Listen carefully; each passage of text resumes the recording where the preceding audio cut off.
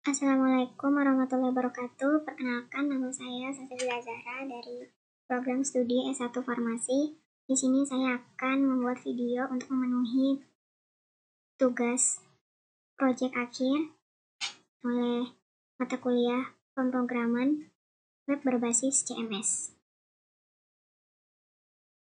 Jadi di sini pertama-tama kita akan mendownload SAM sesuai Windows yang tersedia di web. Yang kedua, kita akan install SAM.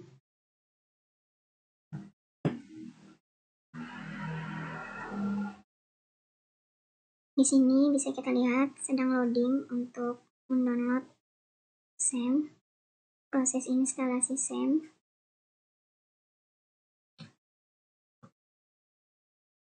Setelah melakukan instalasi melalui website, selanjutnya ketika selesai diunduh, kita klik dan akan muncul Windows seperti ini. Selama proses instalasi, kita akan melihat pesan yang menanyakan apakah yakin kita akan menginstalnya. Silahkan tekan next atau yes untuk melanjutkan. Kita klik tombol next. Pada tampilan selanjutnya akan muncul pilihan tentang komponen mana dari SAM yang ingin atau kita tidak ingin install. Next. Tempat menyimpan instalasi folder, kita next. Ini folder tujuan di mana SAM akan diinstal. Di sini kita akan simpan di dokumen C.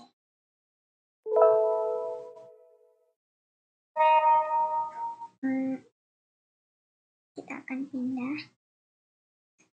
Kita akan simpan di, tadi saya habis membuat folder baru yaitu SAMnew. Ini adalah bahasa yang ingin kita gunakan, berupa bahasa Inggris.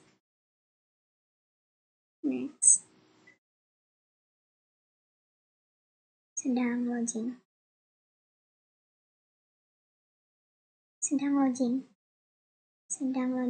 Welcome to SAM installing. Setelah berhasil diinstal, tadi muncul notifikasi untuk langsung menjalankan kontrol panel. Itu kita klik finish. Untuk menjalankan SAM, ketika kita sudah membuka aplikasinya, klik tombol start pada Apache dan MySQL. Ini start dan start. Jika berhasil dijalankan, maka Apache dan MySQL ini akan berwarna hijau. Sudah terlihat di sini berwarna hijau, maka sudah artinya Apache dan MySQL sudah berjalan. Di sini kita akan menjalankan proses instalasi WordPress. Yang pertama yaitu downloadlah WordPress di web. Ini kita download di web id.wordpress.org. Kemudian ketika sudah diinstalasi, nanti kita akan memilih bahasa dan klik continue. Tetapi ini sedang loading dalam berbentuk zip. Kita melakukan copy paste dokumen. Kita mengcopy paste dokumen ke htdocs yang ada di SAMnew. Sudah terlihat di sini setelah di copy paste folder WordPress-nya yang telah kita copas menuju htdocs. Untuk penamaan WordPress ini kita bisa ganti sesuai dengan apa yang kita inginkan. Misalnya dengan nama website salsa. Seperti itu. Ini adalah tampilan jika kita searching di Google dengan localhost garis garing. Tadi kita telah beri nama dengan nama website salsa. Maka ini kita akan klik ayo dan mengisi basis data. Untuk membuat database baru, kita perlu klik new yang ada di sini.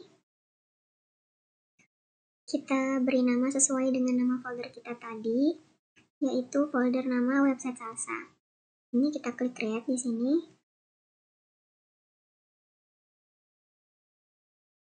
Setelah database dibuat, kita akan menuju ke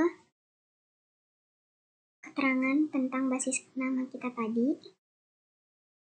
Kemudian untuk nama basis data tadi kita sesuaikan dengan nama yang pertama yaitu website salsa. Nama pengguna ini kita isi dengan root, kata sandinya kita kosongkan. Host, basis datanya kita isi localhost. Untuk prefix tabel kita isi wp underscore saja. Setelah itu kita klik kirim.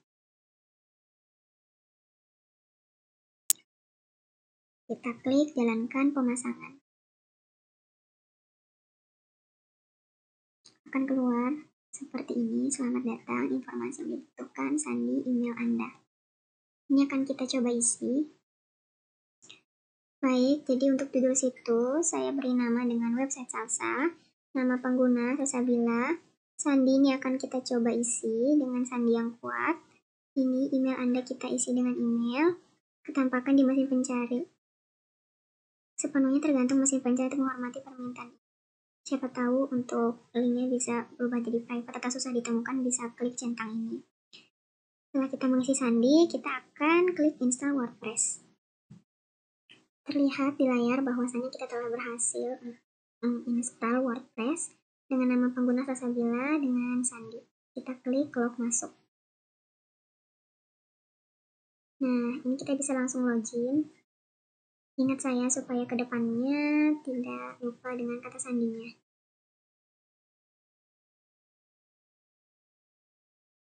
Sedang loading. Ini dia hasil dari instalasi WordPress yang telah kita masukkan dengan akun.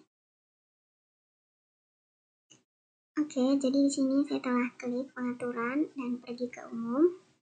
Untuk judul situsnya ini saya ganti menjadi Your Friend Information dan slogannya, aku harap kamu mendapat ilmu yang bermanfaat dari sini. Jadi saya tujuannya dengan membuat blog ini adalah saya ingin berbagi informasi yang bermanfaat. Ini untuk alamat WordPress-nya, untuk alamat situsnya, ini untuk alamat email, dan ini anggota keanggotaan, format tanggal beserta jam. Setelah itu kita bisa klik simpan perubahan. Nah, pengaturan umum, pengaturan telah disimpan. Tandanya apa yang kita rubah tadi sudah disimpan. Seperti itu. Di sini saya sedang mendownload sebuah tema yang akan digunakan oleh WordPress saya agar terlihat lebih menarik dan user friendly, mudah digunakan, tertarik oleh para pembaca. Sedang loading. Ini adalah tema yang telah kita download tadi. Sudah saya aktifkan dan di sini telah tertulis telah terbit. Kira-kira nanti yang akan muncul. Baik, kita lanjutkan. Di sini di dashboard WordPress terdapat post. Saya telah menerbitkan 10 post dan untuk all post semua post ini ialah list semua artikel yang sudah dibuat sebelumnya. Add new atau tambah baru adalah menu untuk membuat artikel baru. Kategori ialah menu untuk membuat kategori baru, dan teks ini berfungsi untuk mengelompokkan artikel seperti kategori, tapi dia lebih bebas. Ini contoh teks. Ada 10 teks. Untuk kategori ada 3 kategori. Dan di sini kita lanjut ke media. Di pustaka media atau library ini ialah kumpulan media berupa gambar, video, audio yang sudah diupload. Dan add new atau tambah baru ialah menu untuk mengupload media baru seperti gambar, video, audio. Selanjutnya kita pergi ke laman atau page. Semua laman atau all page itu ialah list page atau halaman yang sudah dibuat sebelumnya. Page ini biasa digunakan untuk membuat halaman di samping home seperti kontak, galeri, privacy, police, dan sebagainya. Di sini ada tambah baru, itu ialah menu untuk membuat halaman baru atau membuat page baru. Seperti itu. Nih, bisa ditambahkan judul dan ditambahkan isi. Selanjutnya kita pergi ke komentar. Komentar di sini ialah menu untuk moderasi komentar-komentar yang masuk di website. Nah, dari menu ini kita bisa menyetujui komentar yang masuk supaya bisa tampil di website, bisa membalas komentar, bisa nandain komentar itu sebagai spam atau menghapus komentar tersebut. Selanjutnya kita masuk ke menu tampilan atau menu appearance. Di sini ada menu tema. Nah, pada menu ini kita bisa upload atau mengaktifkan atau menghapus tema. Di sini saya menggunakan tema Rara Akademik. Selanjutnya kita pergi ke sesuaikan atau customize. Dari menu ini bisa kita gunakan untuk mengatur standar website WordPress kita, mulai dari title atau judul, tagline, sampai layout. Nah, di dalam menu ini akan ada banyak submenu tergantung menu yang kita gunakan. Seperti saya tadi menggunakan Rara Akademik. Selanjutnya kita pergi ke menu widget, masih di dalam menu tampilan. Widget sendiri itu digunakan untuk menambah widget pada website WordPress. Selanjutnya kita masuk ke menu, masih di menu tampilan. Ini digunakan untuk mengatur tata letak halaman yang sudah dibuat sebelumnya di menu page. Di menu ini kita juga bisa membuat halaman yang diarahkan ke external link atau link dari luar. Selanjutnya kita masuk ke menu plugin. Ya, untuk plugin terpasang atau install plugins. Pada menu ini kita bisa melihat list plugin atau fitur tambahan yang sudah kita install.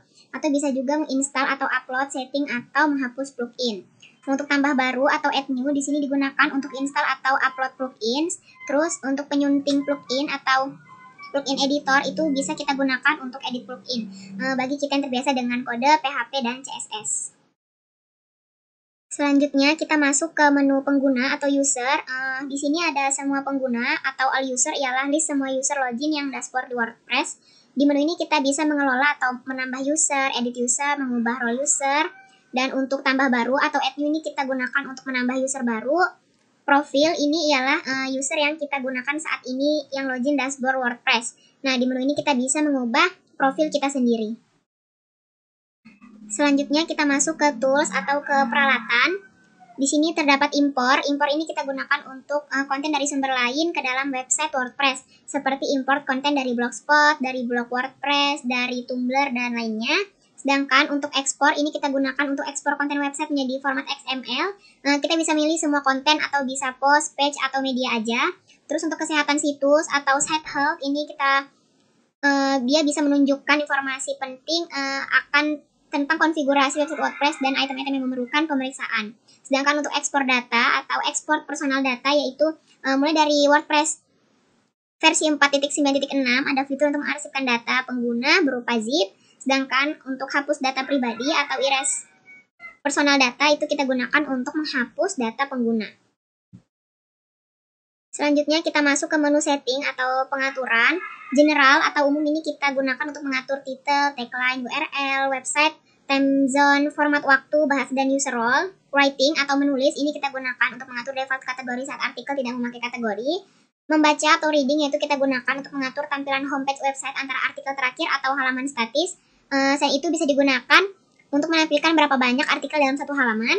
Selanjutnya ada diskusi atau discussion, yaitu digunakan untuk mengatur artikel di vote dan komentar. Selanjutnya ada media. Kita gunakan untuk mengatur ukuran thumbnail gambar yang diupload dan juga format upload ke dalam hosting berupa tahun atau bulan.